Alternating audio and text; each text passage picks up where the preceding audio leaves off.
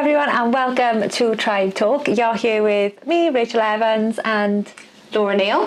Thank you for joining us again, guys. So today we're going to be talking about Tribe, what it is, and we'll be talking about the different components to Tribe and our Tribe framework. Yeah.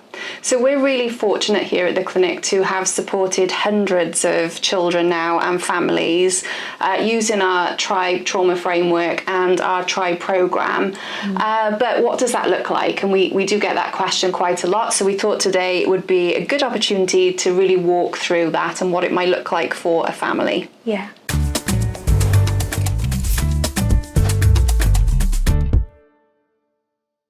So what does Tribe stand for? So Tribe is our acronym, isn't it? So let's break it down. So we've got trauma is the first one, so being trauma informed. Mm-hmm. So the key components to that are about knowing the child's history, their current presenting needs, what trauma have they experienced, what ACEs have they experienced in early childhood, and how that helps us then inform care and support for them moving forward. Yeah, absolutely. So it's really trauma informed at its core. Yeah. Yeah, and then the R stands for reparative.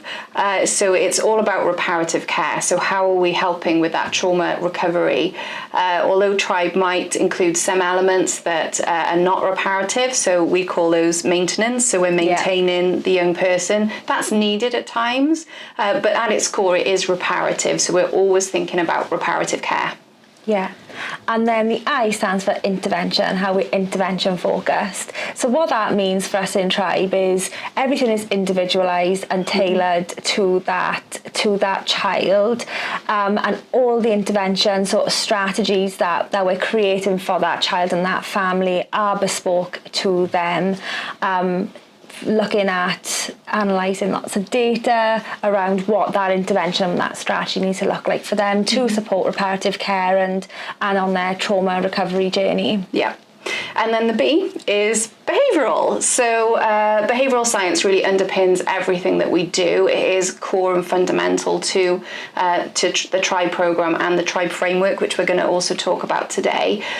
So we're always referring back to behavioural science. How does the science tell us that this intervention should look? How do we know that that's going to be effective for that young person based on science? Yeah, and that leads us on to the E, which is evidence-based. So based on what you were talking about there, Laura, about being behavioural and the behavioural science behind Tribe, being evidence-based. So we're always looking to the literature around what are those most effective interventions, those current interventions that evidence underpins that they're going to work for families, and using then our data and the analysis around why a child or where a child needs that support, making sure there's evidence behind that strategy and we know that it's going to support that family. And that's so important, evidence-based, isn't it? That within trauma-informed care as a whole, there's not a huge evidence base, so we have to look towards the literature, and we are always asking, how do we know this is going to work? How do we know this is going to be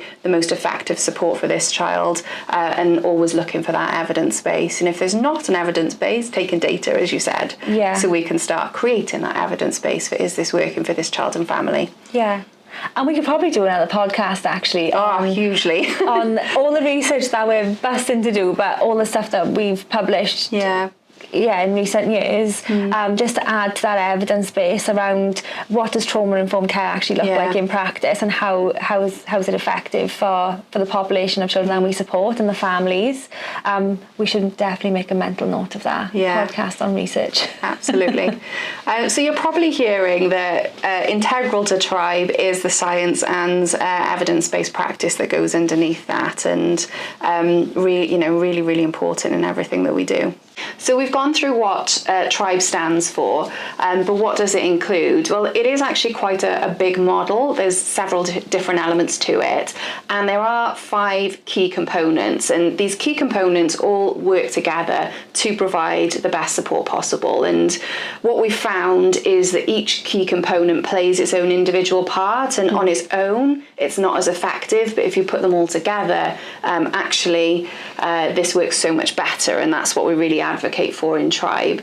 So we're going to walk through what the 5 key components are, and then how we put them together. Yeah, so the first one that we should talk about is the assessment. So assessment of a child's needs. So like we said previously, isn't it? What is the experience? What is their trauma history? What did that look like for them? So whether they'd experienced domestic violence in the home, physical neglect, where their needs weren't met, all that is key information to know how their care and support plan looks. That's kind of like the first step for us, isn't it? So it's understanding the trauma history and the history that child has experienced, but also then in addition to that is their current presenting needs. So what are those behavioural challenges? What are the main concerns there? How are they, what behaviours are they displaying? Looking at their emotional and their behavioural presentation. So is it that they're spending long periods of time in their bedroom because they're experiencing feelings of low self-worth, presenting almost depressed in some cases, or are they displaying behaviours then such as physical aggression, verbal aggression, non-compliance? What does that look like? And again, all that comes together to understand what that care and support needs to look like for them moving forward, and informs our interventions and strategies. Yeah, and there's so many areas that we examine in terms of assessment. So we'd look at health, we'd look at developmental trauma, all of those things come in. We could do a whole podcast on assessment, I think. Because actually there's just so much there that comes into play when you're looking at assessing a child's needs. But what you touched on there is really critical to trauma-informed care, is that you're looking at the history, but you're also looking at their current presentation. So how is that history playing out in their current presentation? Because that's so different. Yeah, depending on... Yes, it's so you can have two children experience the same trauma, but present so different. Present so differently, and we also look at contextual fit as well. So, what is the context like? So, are they in a foster placement? Are they with their birth family? Are they in an adoptive home? What support is around? So, what does a support network look like? So, all of those things come into it as well. Yeah. But assessment is key. Absolutely, key component. To this. It's like your first. If you haven't assessed, how do you know what to do? we need to start with something to understand what the child is experiencing, what they have experienced, and what the family needs support with as well. Yeah, 100%. And our next key component then is mapping. So we have a whole framework called the Tribe Trauma Framework, and what's identified in the assessment in terms of the child's needs is mapped onto this framework. This framework's quite big, so actually we're going to come on to this in the next section of what we talk about today and walk through what that framework looks like. But we'll map both their needs onto that framework and also then interventions that we know can support those needs as well. So you're not just mapping the need, you're mapping the support. And what this does is gives you a really sequential plan for that support, so you know what comes first based on the child's needs and their development, and what support it is that they need in the longer term as well. So the Tribe Trauma Framework really underpins a lot of what we do, and it maps everything in terms of interventions. Therapy, interventions and therapy, and you're right, it gives like a clear pathway of what support needs to go in immediately, and then once there's progress that's being made and you can see a child making progress in different areas, you can move on to the next step, because it's all mapped out there for you, and that's particularly true when we look at therapies as well, isn't it? 100%. Which therapy comes first? What is it that they need now? And quite often we will map like immediate needs, as you said, and then longer term needs as well, and how are we meeting those now, but also and you can map years ahead. For young people also. And one example that comes to mind actually is that we've worked with children that are not ready for therapy, and some of the support that we've had to put in previously to give them the skills to be able to access support like that, because they're so averse to it or don't know how to, can't even be in a room. They find that too overwhelming. So it's like how we support them to access further support, and that's where the tribe mapping really comes into that. Yeah, 100%. The next one then, another key component of tribe is knowledge. So that is working with lots of different professionals around with the child. So that team around the child, your multidisciplinary team, and making sure essentially we're all singing from the same hymn sheet, and we're all applying trauma-informed care and support to that child. And this can look different in different examples, but we've got our tribe training. And usually when families access something like consultation support, we know from working with families over the years that having that tribe training, that additional complement some of the information and support that we're providing in consultations. And social workers, other professionals can pop onto that training, and foster carers, parents, so they all know how to apply trauma-informed care, how that looks in practice, and they're essentially walking away with a toolkit of how that looks. So our tribe training is a 9-week program, and it's offered to different professionals, foster carers and foster parents, and that provides that trauma-informed care knowledge. And then we have our consultations then, so when families access our consultations, they're learning how to apply some of that knowledge whilst their consultant is individualising some of those key interventions. But it kind of gives you that basic foundational knowledge, isn't it, around like trauma-informed care. And I think there's so many areas that's so important to do as well. So if you look, for example, at our attachment module, you might be working with a family and talking to them about their individual child's attachment needs. The attachment module in the tribe training gives an overarching view of attachment, and then breaks down the 4 different attachment styles. So you can kind of see with them where your child fits within that and within attachment theory. And I think that just gives so much more knowledge, where the parent can go away and think, okay, now I get that. And what we've really found is that if parents attend both tribe training and have consultations, we are so much more effective in the support that we're providing. And I think that's because they can see like a wider picture and the path that they're on for their young person as well. It provides that knowledge base, doesn't it?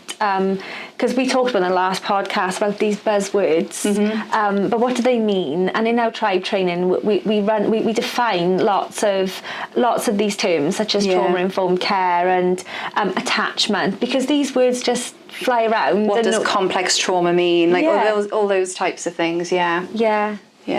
Before we get into, okay, what do we do to support this? Yeah. And throughout our tribe training, we're going back to your previous point, one of the components about mapping. We get parents and carers and other professionals in the training start mapping, isn't it? Like, what are your child's trauma history? What are their presenting needs, their emotional and behavioural presentation?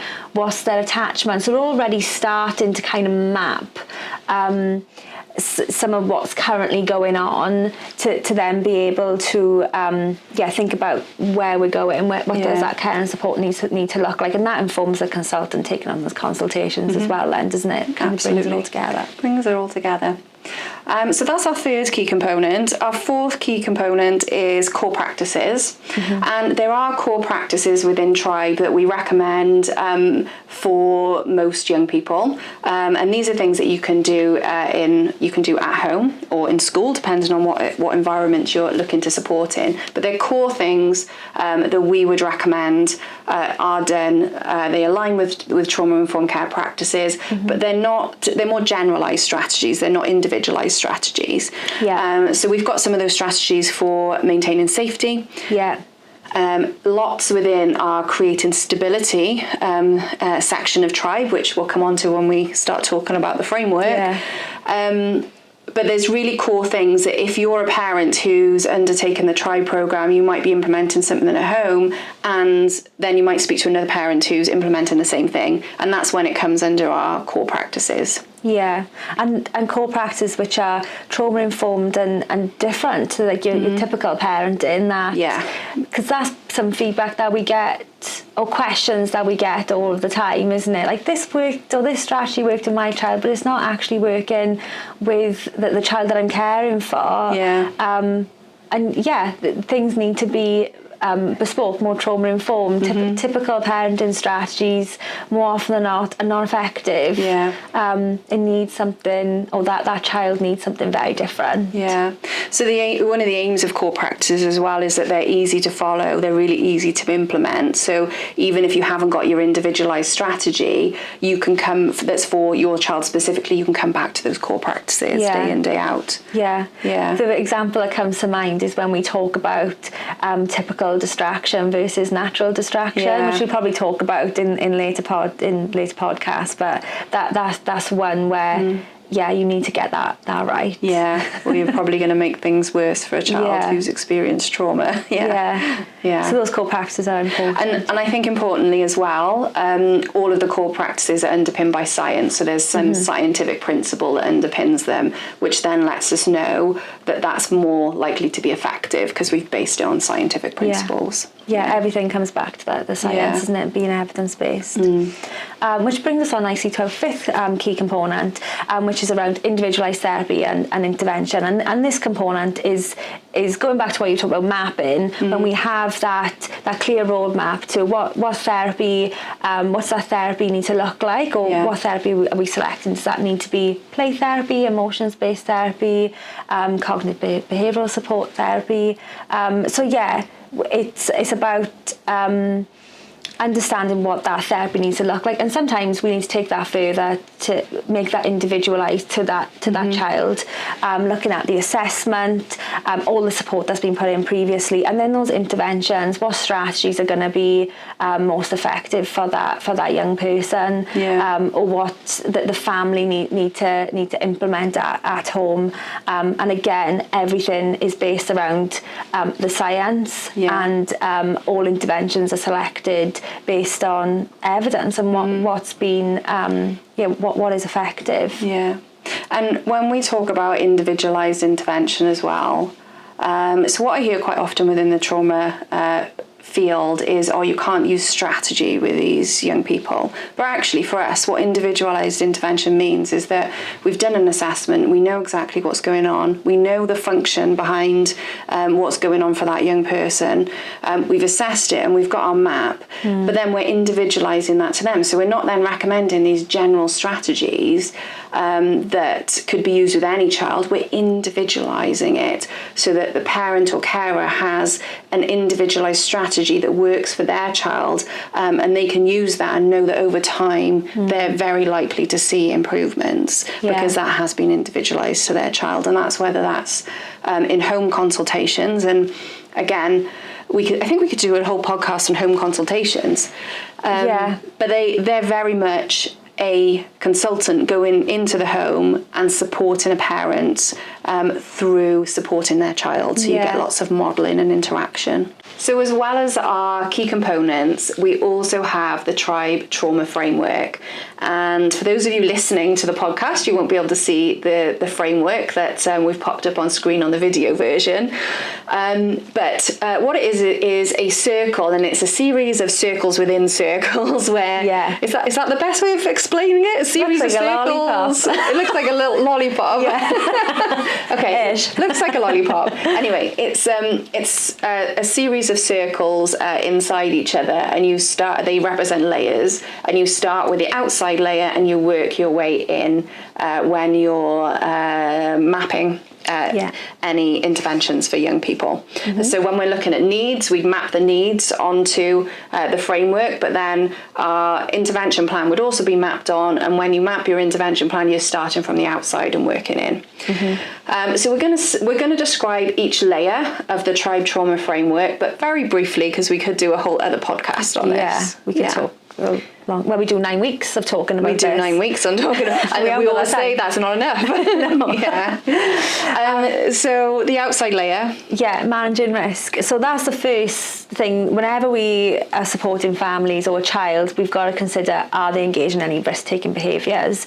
So those behaviours can include absconding, self-harm behaviours, any self-interest behaviour. So we're always looking at, are they posing a risk to themselves, to others, or the environment? And then understanding that a little bit more. Do we need to intervene at that point? We assess risk, and then we implement risk mitigation measures as well. And that's just key to any type of support. They're the first questions we ask ourselves. Yeah, because we have to manage that risk first before we can move on to trauma recovery, really. Yeah. And I think that's why people get things wrong a lot of the time, because they don't spend enough time looking at how do we mitigate against this risk so that the family can actually start to work on trauma recovery. Yeah. Well, they get to the point where we know what the risk is, we're mitigating against the risk, but we take it that step forward where it's like we need to teach non-risk taking behaviour. Yeah. So we go through our framework with that, the 4-step framework. But there's another framework within the framework. Yeah. Yeah. But it makes a lot of sense. It does make a lot of sense. There's a lot to cover. Yeah, all those parts are important, because if we don't develop any non-risk taking behaviours, then we're not taking anything forward. We're just, like you said previously, isn't it? It's maintenance, reparative care. We're just maintaining that child in that state. So the next layer in then is creating stability. Yes.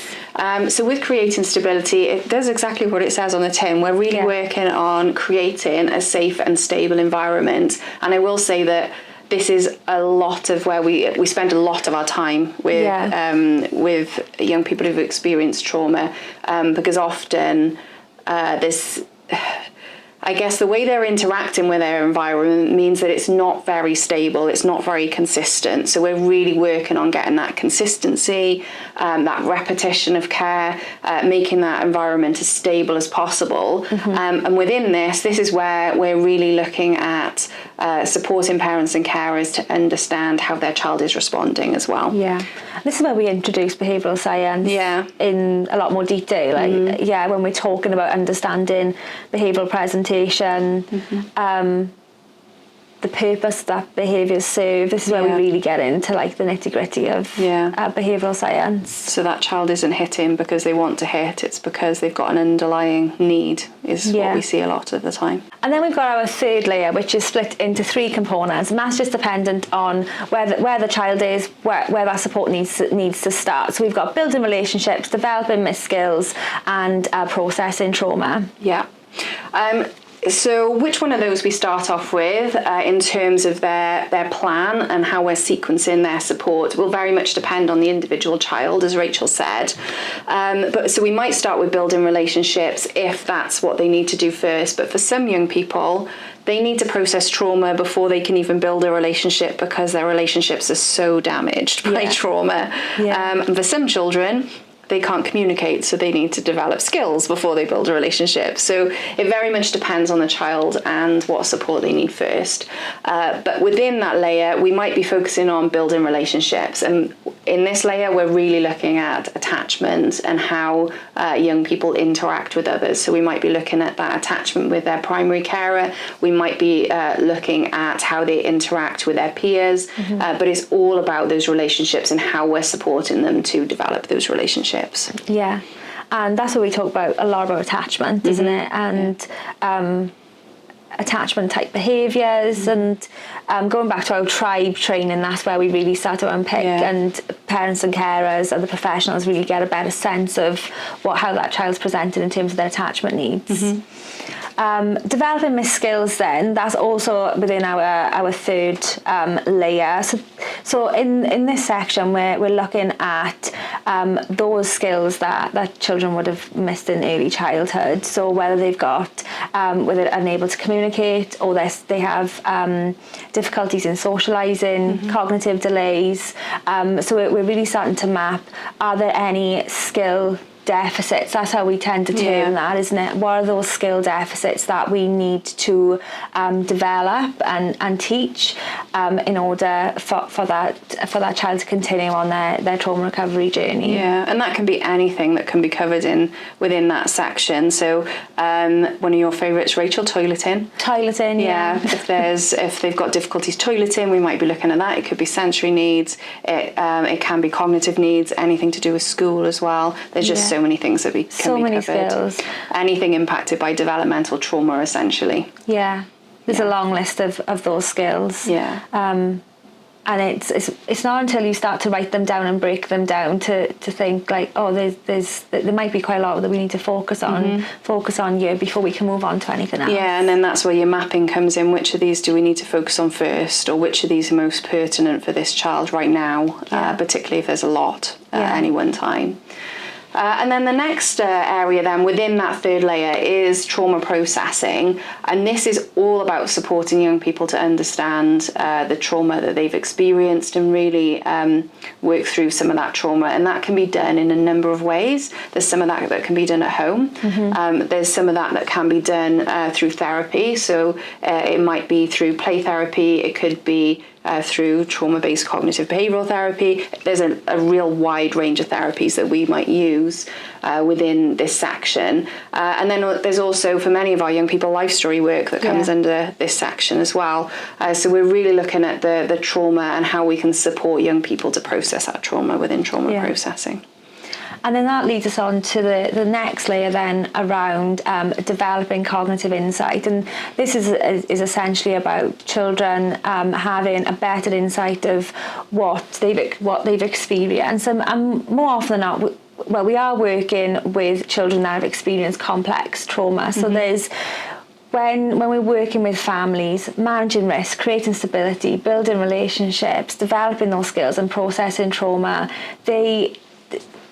that can take years and years of support. So often when it comes to that layer, we've got so much to focus on first. We sometimes we don't even reach that layer with some families, but it's all about children having that understanding of what they've experienced, which then kind of leads us on to being able to inner layers then around self-management. Yeah, definitely. So we'll support with that developing cognitive insight into what's happened to them and their actions, which we don't, as you said, we often don't get onto until those later years, maybe teenage years some of the time. But then ultimately what we want to be able to support in the longer term is self-management. So how can a young person be able to manage some of these things themselves? And at this point we're usually looking more towards independence, aren't we, and how a child could be supported into independence. At a later age, and really getting those skills ready so that they're ready for that at the appropriate time. And then the final layer, even though we say it's final, but we think about it at every step, really is being able to generalise. So all those skills, everything that we've worked on with our child and that family, being able to generalise those skills over time, across different settings and with people, so they're able to take what they've learned. So if we just think about skills, the skills that they've learned and being able to generalise that across different contexts. For those people who are not behavioural scientists, Rachel, what does the word generalise mean? Generalise just means that once we learn a skill, we're able to demonstrate that skill in different contexts. It's no good, we use this example all the time, there's no good, therapy is really effective, and we support children through therapy, but being with that child for 1 hour of the week is really powerful. But if we're not teaching them how to use those skills outside of the therapy room, then we're not being as effective as we should be, and that's where generalise comes in. That's what generalise is, So if you're teaching a child regulation skills within a therapy room, you want that to generalise out to them, for them to be able to use those at home and in school. And that's why working with foster carers in schools so closely when we're providing therapy to children is is really important. And just an example on emotional regulation, because we support with that with lots of different children, but them being able to understand and regulate their emotions at home, because they spend most of their time at home and also most of their time in school, so they need to be able to do that, not just in the therapy room, but at home and in school. Yeah, and use anything that you've been able to support them with within the therapy room. Yeah. It's so critical across, I think, all of the different layers of the tribe framework. We're thinking about it all the time. But I think it's within that middle layer, because when you reach that point, you want everything to be generalised, but you're thinking about it throughout as well. So that's our tribe trauma framework. It's the framework that we use that really underpins everything to do with tribe and everything that we do. We're using it day in, day out for whether it's mapping, mapping needs or mapping interventions, providing us with a guide. It supports us with training. It really does underpin everything that we do and is an essential part of the tribe model. Yeah. Yeah. So we have, again, we don't have podcast listeners yet, because this is only our second podcast, isn't it? We haven't got any listener questions. No, so we haven't got any listener questions today. So we asked our team for a question. Yeah. And so this one was provided by Leon. Rachel, what question did he ask? So Leon asked, what is the difference between trauma-informed care and general care? Yeah, that's a good question. Yeah. Do you want to answer it? Yeah, so I suppose trauma-informed care is so different from general care, just based on what we were talking about earlier. So it's all about understanding the child's history and the current presenting needs. And sometimes those two things are just thought about in isolation, but we've got to think about them together. So understanding what they've experienced in their past and their present and their presenting needs. And that's so different from general care, because it comes back to the assessment of that child's needs, and how then we're bringing all that together to map out their trauma-informed care plan or their therapy, what they need to be on that trauma recovery journey. Yeah, because there are a lot of generalised strategies, tips, parenting techniques out there, whatever you want to call them. But if they're not individualised to the child, if they're not considering that individual child's background trauma, then they're not being trauma-informed for that child. They might be trauma aware, they might be trauma assumed, but they're not trauma informed if you're not basing that on the child's individual trauma. Yeah.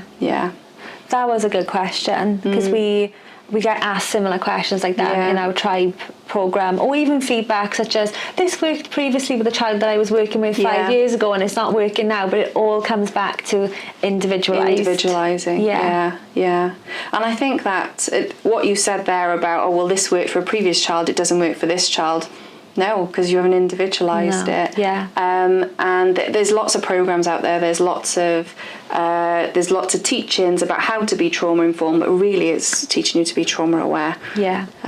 Aware of trauma, and you can use these generalised strategies, but you're not truly being trauma informed until you individualise it. Absolutely. Yeah. Yeah. Which is what makes it so effective. Yeah. That's what makes it individualising everything that we do really for that child. That's what makes it effective. Absolutely. So thank you for listening to our podcast today, all about our tribe model and how we implement tribe to support children who've experienced trauma. As you probably gathered, it is a big model. There's lots of components. We've also then got the framework as well.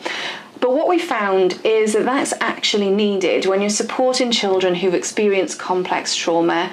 That trauma is really complex, and the impact on them is complex. So you need to be thinking about several different elements. If you're just focusing on one thing, you're unlikely to be fully effective for that child. So our model integrates lots of different things and also different professions as well. So even though it's underpinned by behavioural science, we're integrating other professions and other disciplines within that all of the time as well. Recognising that we don't have all the answers. We need different bits from different people. Yeah, that's why multidisciplinary working is so effective. Absolutely. Yeah. So thank you. Hopefully it's been helpful. Yeah, and thank you for joining us on our podcast today. If you want to know more about trauma-informed care, then subscribe to Tribe Talk for more trauma-informed care in practice.